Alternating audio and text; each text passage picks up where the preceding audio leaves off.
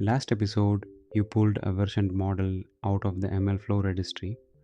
One clean load model call, no guessing which pickle was the good one. But a model in a registry still can't take a request. So today the question is simple. How do you put it behind a URL that other programs can actually call? Here's the pain. Your predict function lives in Python in one process on one laptop. The web app, the mobile client, the cron job that scores nightly. None of them can reach into your interpreter and call it. They speak HTTP, so the job of a serving layer is to be a translator. A request comes in over the wire, you turn it into a function call, you turn the answer back into a response. The first thing that bites people is bad input. Someone sends a string where you wanted a float or forgets a field entirely, and your model throws deep in the stack with a useless traceback. FastAPI's answer is to declare the shape of a valid request up front as a pedantic model, a class where every field has a type. If the request doesn't match, FastAPI rejects it with a clean 422 before your code ever runs. The same idea protects what goes out. You declare a response model too, so the JSON your endpoint returns has a fixed documented shape, a prediction and a confidence every time. Your callers can rely on it. And because the types are declared, FastAPI generates interactive API docs for free, which is the closest thing to a gift this job offers. Now, the part you'll thank yourself for. You do not need a running server to test an endpoint.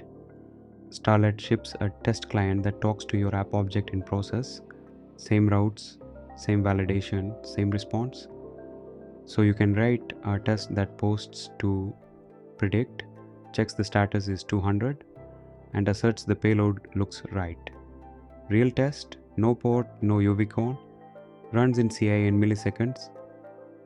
Let me show you the whole thing in one file. We train a tiny logistic regression model so it's seeded and reproducible, define the request and response schemas, mount one post, predict route, and then instead of launching a server, we point a test client at the app and prove it works. Up top, we fix the seed and fit logistic regression on a small synthetic 2-feature dataset, then stash it in a module level model. In a real deploy, this is where MLflow's load model would go. Here we train inline, so the whole script runs anywhere. The iris request class is the contract.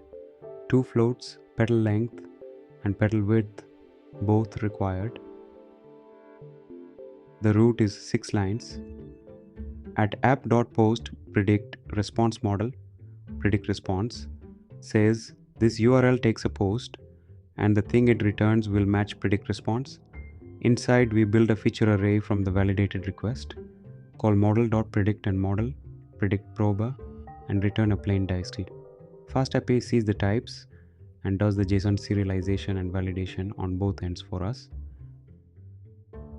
Then the test written as plain code so it runs when you run the file.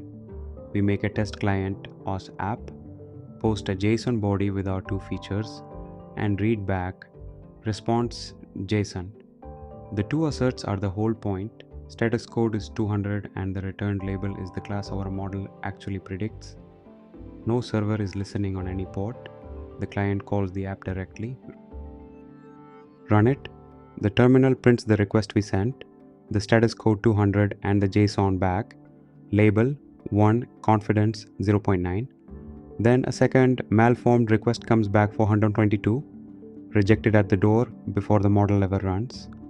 The asserts pass silently and the last line confirms the figure was written. Every number you see on screen came out of this run, not a guess. And the figure matches the terminal line for line. The same confidence 0.9, the same predicted label 1, the same 200.